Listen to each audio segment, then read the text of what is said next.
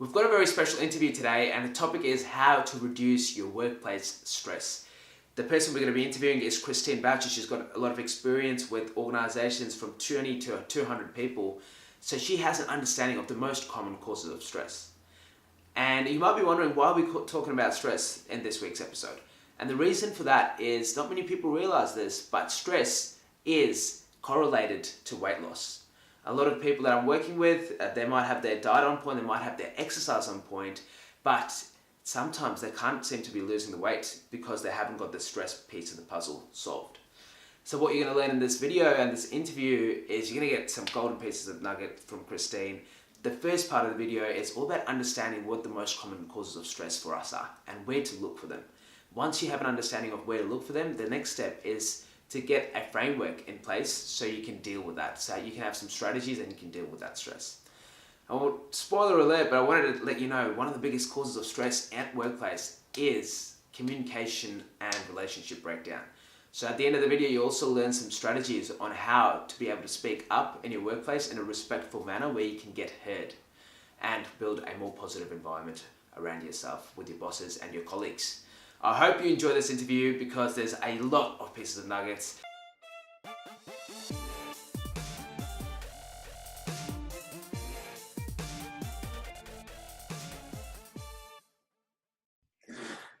You ready? I'm ready. Let's do it.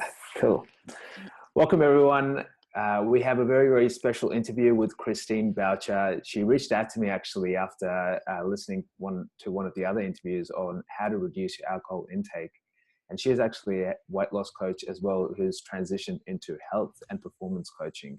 And she reached out, she said that I have some interesting things to share about stress. And I said, this is really helpful because stress plays a massive, massive role in weight loss. Before I give the floor to Christine, I wanted to introduce her officially. She's a corporate health and performance coach. Her mission is to transform organizations to work productively and cohesively as a team. She works with organizations of 20 to 250 people. I don't know how you do it, how do you deal with so many people, but it's amazing because you build very personalized plans for each and every one of the people that you work with. And the benefit of that is that I'm guessing you'd be able to see the most common behavior patterns that are happening with people, especially in the workplace environment. So I'm really, really glad that you're here and you'll be able to share your expertise. We'll start off by talking about the most common behavior patterns that you see, and then we'll talk about the strategies on how to overcome those things. So welcome, Christine. Yeah, thanks for having me, Kern. I'm excited to be able to share some of my knowledge with you and your listeners today and hopefully add lots and lots of value. Thank you so much. Really appreciate it. Just getting straight into it, what do you see as the relationship between weight loss and stress? Because not a lot of people realize that they're actually related. Yeah, definitely. They're definitely related because when we go into that stress response, we're eliciting hormones, and particularly if we're going into an unhealthy stress response, which is considered to be chronic or long-term, we can continuously elicit those hormones, adrenaline, noradrenaline, cortisol, and they're basically there for the natural survival instinct of our species to give us into that mode of fight or flight.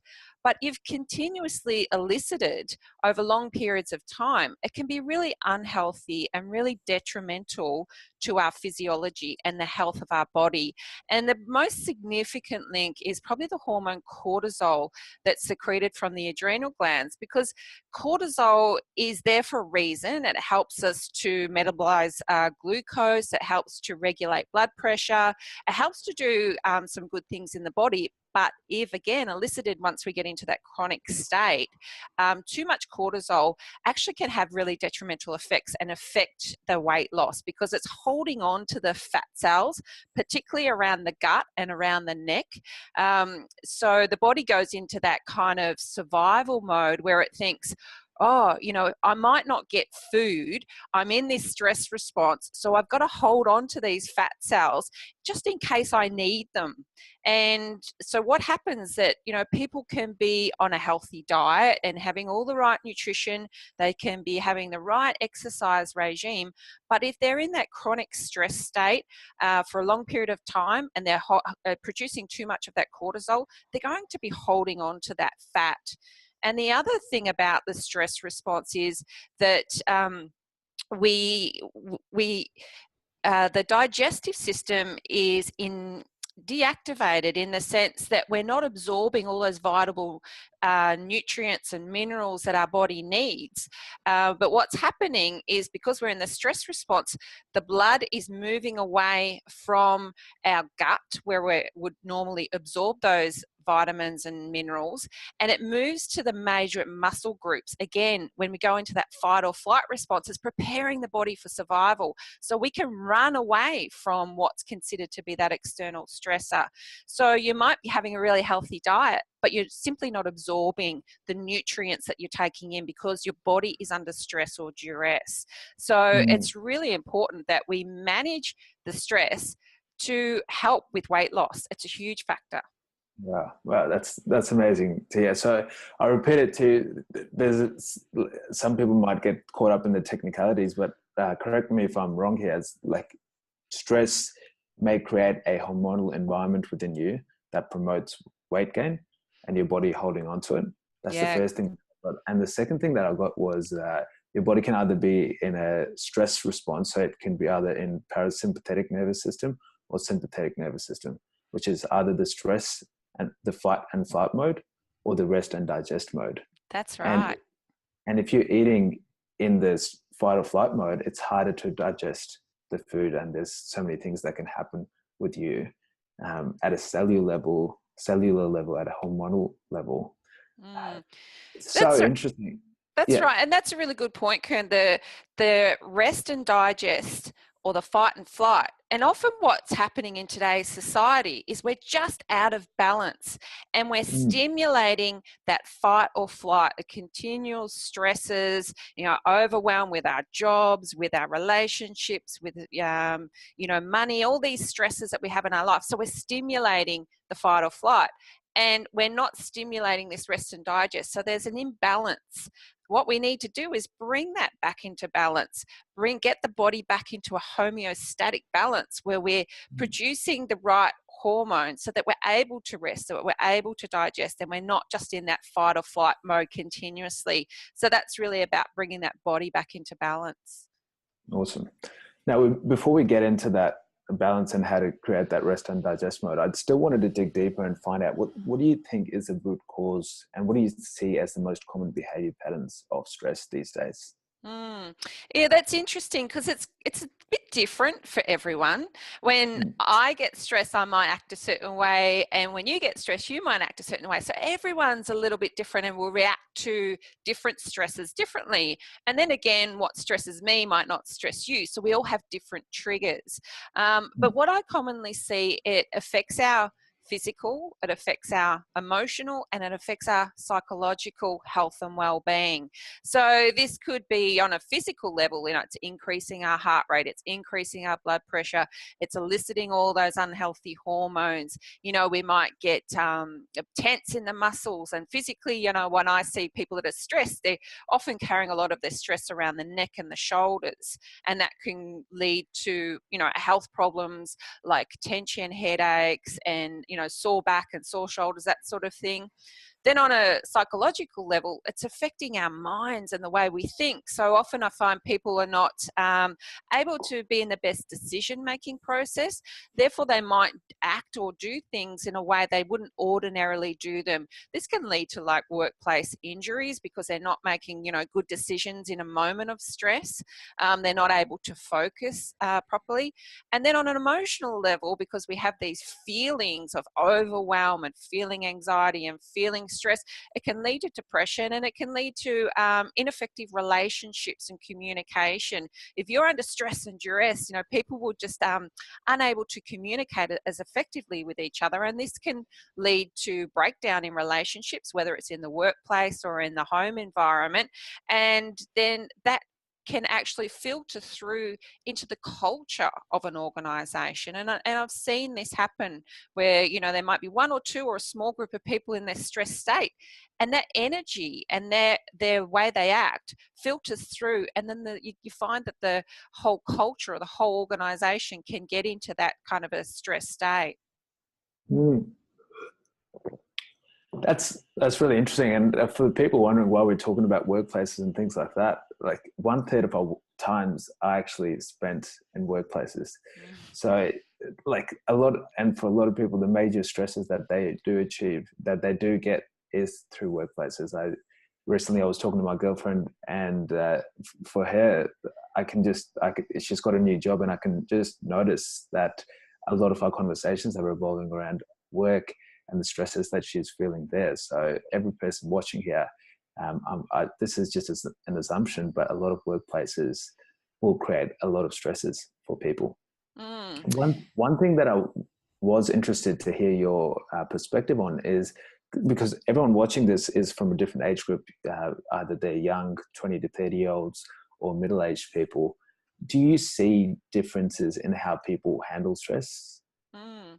Yeah, I mean, I work in a lot of different organisations with different demographics, and I have noticed sort of different management techniques, I guess, which are unhealthy, how they're coping with their stress.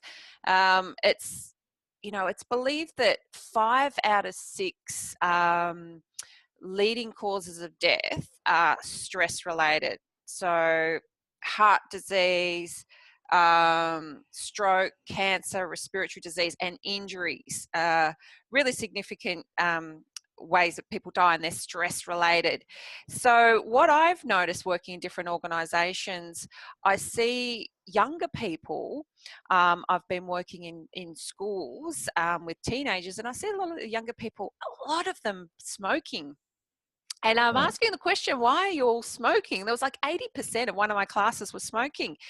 And it's literally because of stress, and it's the way they're managing their stress. So they're adding to the, you know, the physiological detriment towards their health, which is going to lead to those serious things, heart disease and cancer, because they're taking on board another unhealthy habit to help them mitigate their stress. So it's, you know, creating that bit of a domino effect where it's just being more detrimental to their health.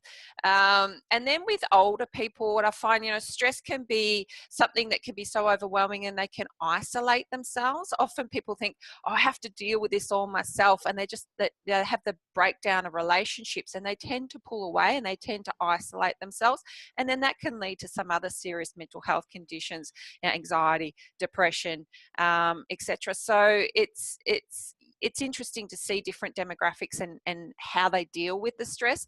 And the way I see that people deal with the stress is not always a healthy way to deal with stress. It actually creating more physiological, physical, and psychological problems in the long run. So it sounds like people are using, you know, short-term fixes and band-aid solutions, and the younger demographic are more inclined to take, you know, substances and things like that. Whereas the older demographic, it can affect the relationship significantly through isolation. Yeah, that's right. That's right. Awesome. I think you touched on this already, but the root cause, if we were really to dig straight into it and what the cause of this stress is, especially in workplaces, what do you think it is? So again, I mean, every workplace is different. Every organisation is different, and what's creating stress in one place may not be necessarily creating stress in another. But what I've really seen and experienced through working with a number of large organisations is when there is stress on board, there tends to be a breakdown in relationships, and it's a definite breakdown in communication. Often I find people in the workplace are stressed because they simply, they don't know what's going on. It hasn't been communicated, so they're kind of left guessing. Two, they haven't been involved in maybe a important decision making, so they're not kind of invested in what's happening in the workplace. And three, it's just simply this breakdown in communication. So people are getting overwhelmed and stressed because they don't have the clarity or the certainty and the understanding of what's going on. And sometimes it's as simple as getting people together to communicate effectively so that everyone's on board, so that there's no ambiguity. They've got complete clarity and certainty of, this is where we want to go, this is what we want to achieve, and together we're going to do it as a team. And if that's really effectively communicated, immediately it helps to reduce people's anxiety and stress around things. So they're not making up things in their head and getting into a state of anxiety. They have the clarity, they have the communication, they have the certainty. There's nothing that's going to be out of their comfort zone, and they're able to move forward together as a team for the best purpose and vision of that organization. And then you get the best outcome and the best performance. Wow. That's amazing. And like when you were talking about that, and I was thinking about all the workplaces that I've been part of, and I hear my friends talk about, almost every Friday or Saturday night, the best moment for people is just to complain about their workplaces and how their bosses or their colleagues can't, do their jobs or can't communicate with them. And it makes so much sense of what you're saying. I guess what you're saying is kind of an organizational change that needs to take place within a workplace. But I guess the question for a lot of listeners would be that maybe I'm not able to drive that organizational change. Maybe I'm not in the position of Christine where I'm able to influence the leaders and the managers of an organization. So on an individual level, how do you suggest, now we're getting into the solution part of this, on an individual level, how do you think we can approach this? So approaching the stress within an organization? Yeah, so just managing your own personal stress. So in an organization, obviously there needs to be organizational change that comes from the top down. But until I guess it's not, you've got to take responsibility and not just wait for that to happen and start managing your own state. What do you suggest for the people in that stage? Yeah, well, I think, first and foremost, it's really important to understand self. Understand what your triggers are. And I usually, when I work within an organization, I will recommend that each individual keeps a diary, a stress diary, and it can be as little as just 1 week. And it's really interesting when you actually take action on this, when you keep the stress diary, what you'll tend to see is a pattern. You'll see that the sort of things that trigger your stress, because they're going to be completely different from one individual to another. So what triggers your stress, or who triggers your stress? And once you get a bit of a diary or an understanding of your triggers, it gives you that self-awareness of going, okay, so now I know it's that particular person that really stresses me out, or it's that particular situation that always, gets me riled up. Once you identify exactly what your trigger is, then simply the next step is to, what do I need to do to effectively manage my stress? What strategies can I put into place that will help me deal with this stress? And I mean, there's a myriad of different management strategies out there to help you with this stress. And it's really figuring out your own stress buster plan. What might help you is not going to help me. So it's figuring out what really works for you. Is it just simply some, deep breathing? For me, that works in a moment, but for others, it's ineffective. Is it meditation, visualization? Is it exercise? What is it that works for you? And just knowing what your healthy management plan is, as we were speaking before, some people will turn to drugs or alcohol or smoking or isolation or, for a quick fix. What's your healthy management plan that's going to help you get through that stress response? And then it's about taking action. And I've put a little diagram here together that sort of helps to explain it well. So identify your triggers of stress. figure out what your healthy management plan is and build your own stress buster plan. Simply then take action, because there's no point in making a management plan and going, I'm going to do A, B, and C, and not taking action. We got to take action to get results, right? So then taking action on that management plan. My management plan for myself personally, every morning I go for a walk by the lake, I sit and I meditate for 10 minutes. It's a very small thing to do, but I find it really helps ground me, and it helps to manage and mitigate any stress that I have. So taking action is imperative to get the results. And then review. And review is important because we go through different stages of our life, or we might come across a new scenario or situation that we haven't experienced before that is triggering our stress. So what might have been working might not work for the new scenario. So it's really important to do a continual review and then identify again and just continue on that cycle. Cool. That's an amazing. I love how you had the diagram, and it just presumed that I was going to ask you this question. All organized. That's amazing. I'll actually run through the steps again, just so that I make sure that I have it and all the listeners have it as well. So the first one is to identify, and that is to, and correct me anywhere that you might see that there are gaps.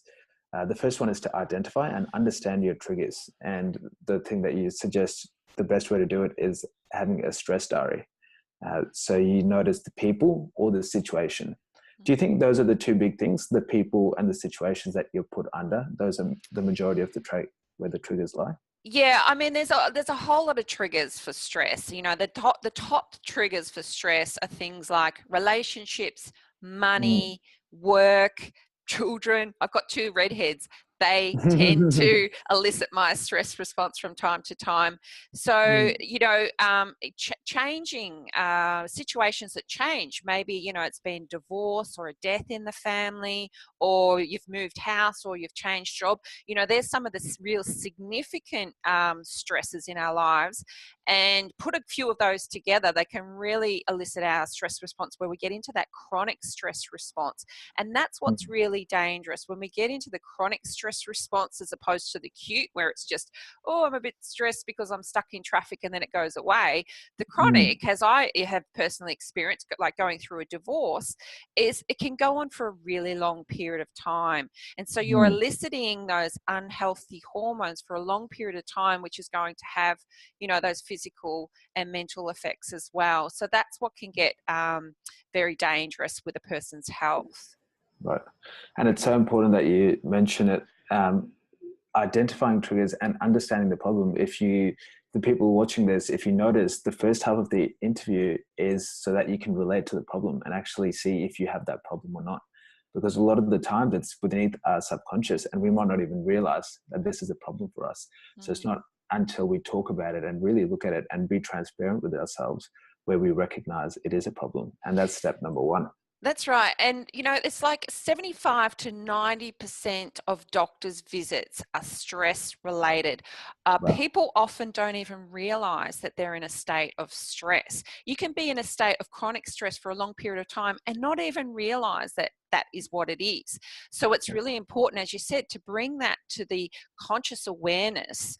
10% of our brain is conscious awareness, 90% is unconscious. So we've got to dig it up, we bring it to the surface, and once that's identified, we can go, okay, what do I need to do about it to manage it?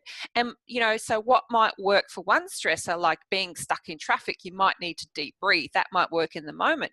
But when it comes to something more significant, like a death in the family or divorce, deep breathing's not going to kind of fix it in the moment. You might need something a lot more structured, a lot more intense, maybe some more professional guidance with and support with that. So it's really dependent. But once it's identified, then obviously it's easier to manage and mitigate. Right. So that ties in really well, because I was moving on to step number 2. And from the sounds of it, there are different triggers and different stresses that that are happening within you. So when you're coming to step number 2, which is managing and putting in strategies, as you mentioned, you'll need different kinds of strategies to overcome different things. And some examples that you gave was deep breathing, meditation, visualization, exercise. And again, I love the fact that you mentioned that it's different for every person. So what ticks one person's box, some people can't meditate yet, so they might want to do things like exercise. So it's really important to have that self-awareness of what works for you, and therefore put the strategies in.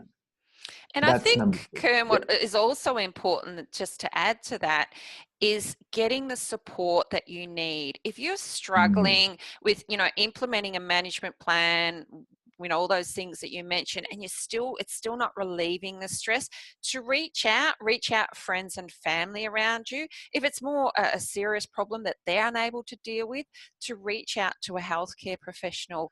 And there's nothing more important than getting the support and getting the professional help you need if you need it. And it's okay to ask. And sometimes it's just like, and I do this little kind of fun exercise when I work with workplaces, and I get everyone to stand up, and I get them paired up, and I ask one person just to close their eyes and stand on one foot. And what you find is they often kind of get a little bit of imbalance, and I don't say anything, and their partner is sort of standing there looking at them. And then you see some people will support that person and some people won't. And sometimes you see people fall over, and we talk about it, and we talk about how important it is for that person close to you, that person that can see that you're actually struggling, to give you that support, to give you that grounding, to give you that support that you need so that you don't fall. And it's the same, when you look around your friends, your family, your work colleagues, if you're seeing someone struggling, if you're identifying that they've got stress on board, how important it is to reach out and give them the support that they need. If it's outside your realm of expertise, then to refer on to a professional. But things as simple as holding someone and giving someone a hug for 20 seconds elicits a hormone, a healthy hormone called oxytocin. And what that does, it gets the body out of that fight and flight response back to that rest and digest. It actually opens up the blood vessels, allowing more blood, more oxygenation to our vital organs, and helps us to relax. So when someone stresses in the moment, sometimes it's just a simple, if appropriate, a touch, or a hug if it's an appropriate time and place. So support is probably the best management for stress. I love how you use you mentioned appropriate. You have to make sure it's appropriate. Yeah, in the workplace, you don't want to just go around hugging people. You've got to make sure it's appropriate. And the other thing that I love about that is, look for your close family and friends. But if there's significantly deeper issues, I recommend always, there's so many professional organizations now, things like Beyond Blue, and all these hotlines that you can always reach out to with a simple Google search. So find out if it's a close family or friend that you need to reach out to, or if you want to reach out to a professional. There's a lot of people that are willing to support you, and there are a lot of systems in place for that already. So that's number two. So number one was identifying your triggers. Number two was managing and putting in strategies. Number three was actually taking action. And I love that you've put that as a step, because a lot of people forget. We're always planning and we're identifying, and a lot of people already know what's wrong with them, right? And that becomes an entertainment for them already. It's like, wow, I've got insight into how I am. But then the next step is to actually start taking action towards your plan and become an action taker. And the last one, which I also love, the review part. Once you start taking action, once you have a certain idea and a plan and you start taking action, the next part, it's really important to start reviewing and calibrating if something is working for you or not. Because chances are, more likely than not, you might have a strategy of deep breathing or visualization or exercise, and that might not be effective the first time you try it out. So you start reviewing, do I need to change the intensity of exercise, or do I need to take a whole new approach altogether? So it's really important to review and calibrate, because chances are you're not going to be able to just beat your stress from the first strategy that you try out, and you'll need to constantly try it again and again. Yeah, I love that word, calibrate. It's true. It's like, what's working for you, then go with it. If it's not working, review it. Why isn't it working? What else can I try? What else haven't I tried? And it's just that trial and error to really figure out what works. But our Mm, lives are continuously evolving and changing, and there's new stresses coming in from different angles. As what stresses me now as a 45-year-old woman didn't stress me when I was a 12-year-old girl, obviously. So, mm. life changes. And so you've got to continuously review and calibrate as things are changing externally to what you need to work on internally. That's amazing. And Mm, as I look at this framework, there's so many similarities of this framework and the work that I do with my clients as well with weight loss. Uh, you can apply this to almost any domain, whether it be stress, or whether it be weight loss, whether it be your career. Um, these steps are kind of universal. Wouldn't you agree, Christine? Yeah, absolutely. Absolutely. You always need to continuously calibrate your lives to show up as the best person possible, just the best parent, as the best sibling, as the best, daughter of your parents, as the best worker in your place of work. How can you be at your optimal performance and give your all? I guess we've given the listeners and the watchers a really good framework and a strategy on how to approach their stress, especially at workplace. But I wanted to finish off this interview by you giving some, tactical on the grounds straight away things that people can start applying, especially with communication in their workplace. Mm, Because I think that's always going to be one of the biggest ones. And some people are too shy to talk up. Some people talk too much at a workplace. So what do you suggest for the people in that kind of stage, like maybe some phrases or how they can approach or what their mindset should be like mm. when approaching communication in their workplace? Mm. Yeah, so it's really important. I find the more effective communication in the workplace, then the more the message is relayed effectively so that everyone is on the same page. And often I can go into workplaces and ask, individual workers, what's the vision? What's the mission for the workplace? And they often don't know, like, the main purpose of why they're there. That should be the first and foremost thing that is communicated. Why are you Mm, rocking up to your job? Why are you here? Everyone needs to be on board. And the most effective communication comes when not only you understand yourself, but you understand other people and understand how other people operate. So there's different sort of types of personalities, and there's this thing called the DISC model. I don't know if you've heard of that, but there's different. okay, yeah. I won't go into it now, but there's different type of personalities. And so when you really understand who you're talking to and how they receive information, and the best way to relay that information to that person to get that message across is paramount, is so important, particularly as a leader or a manager in an organization. But what I often find is people simply don't listen. And Mm, one of the biggest things you can do is active listening, um, where you simply sit across from someone and listen to what they've got to say. It's like, I read a statistic the other day where it's like we only actually take in about 30% of what is said, wow. and a lot is lost in communication. The main parts of communication, it's I can't remember the exact numbers, but it's over 70% is body language. Then there's about 13% is tonality, and the rest is just made up of words. So things can get miscommunicated, particularly via text message or Mm, emails, because there's no body language and tonality into it. So when you're looking at over 80% of communication is body language and tonality, and you're missing that, then often text messages can be misunderstood or misconstrued. So the best form of communication is face-to-face communication. And as you'll see, I often do it. I utilize my body language to really get a message across. And mm, it's interesting. I'm also so interested in the whole body language concept. Like some simple things, if you're talking to someone with your hands down or you're pointing and you're telling, they get a completely different message as when you're palms up, because you're being more submissive, you're being more open, you're being more genuine. So the whole way you portray your communication through body language and through tonality can give completely different messages to people.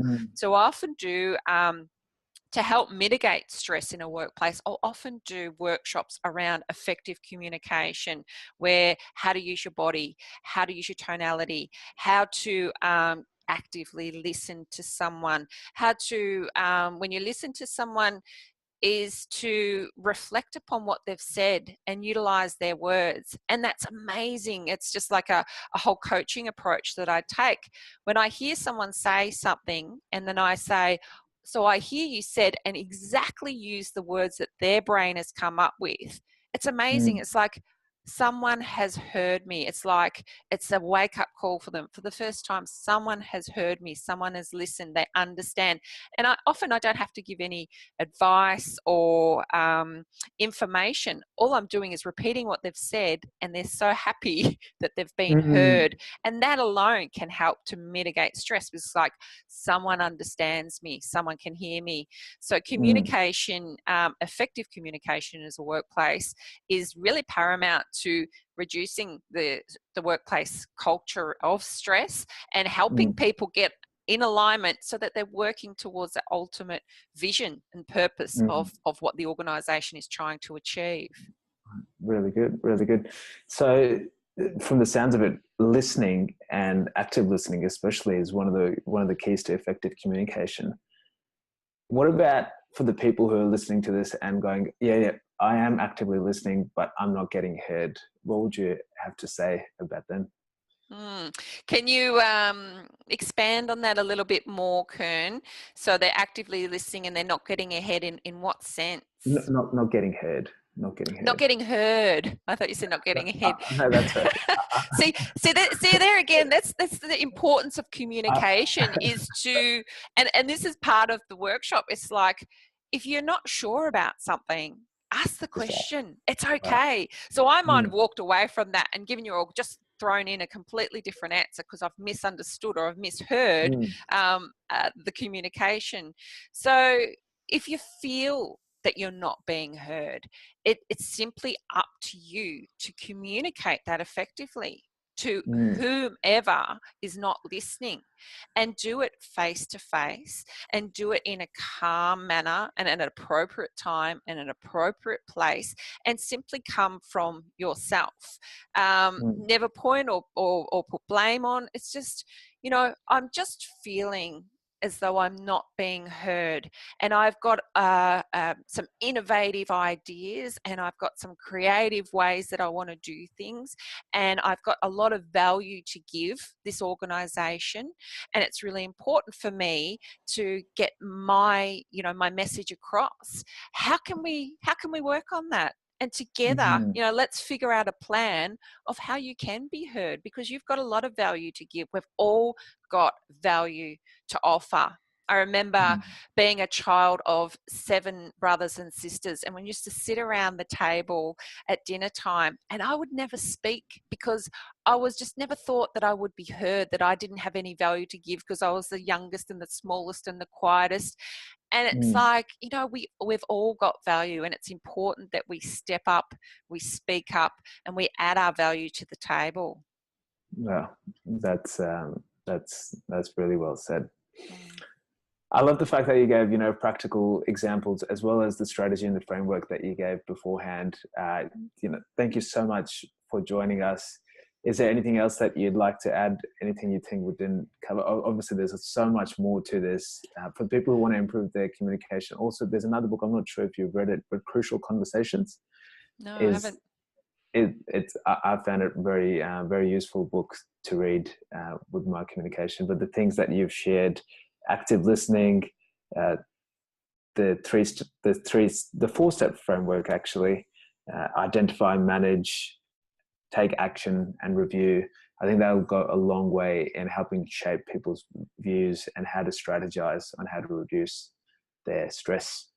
I could talk about this all day. It's a topic that really interests me, And it's a problem that I see over and over in workplaces. And it's really important to, as you know, I talked about with the strategy to manage stress. For me, going into a workplace, it's really important that I identify the challenge or the problem, that I help manage that through my services. I take action by then facilitating my services, whatever that may be, what they need, and then I review. So it's the same sort of process. Amazing. But yeah, I love it. Could talk about it all day. It's amazing that you use that in your own coaching practice. And for the people watching who might be interested in this with their workplace, what do you suggest? What's the best way to get in touch with you to take this if they want to find out more about what you do? Yeah, absolutely. So people can contact me through my website, www.naturalhealthbalance.com.au.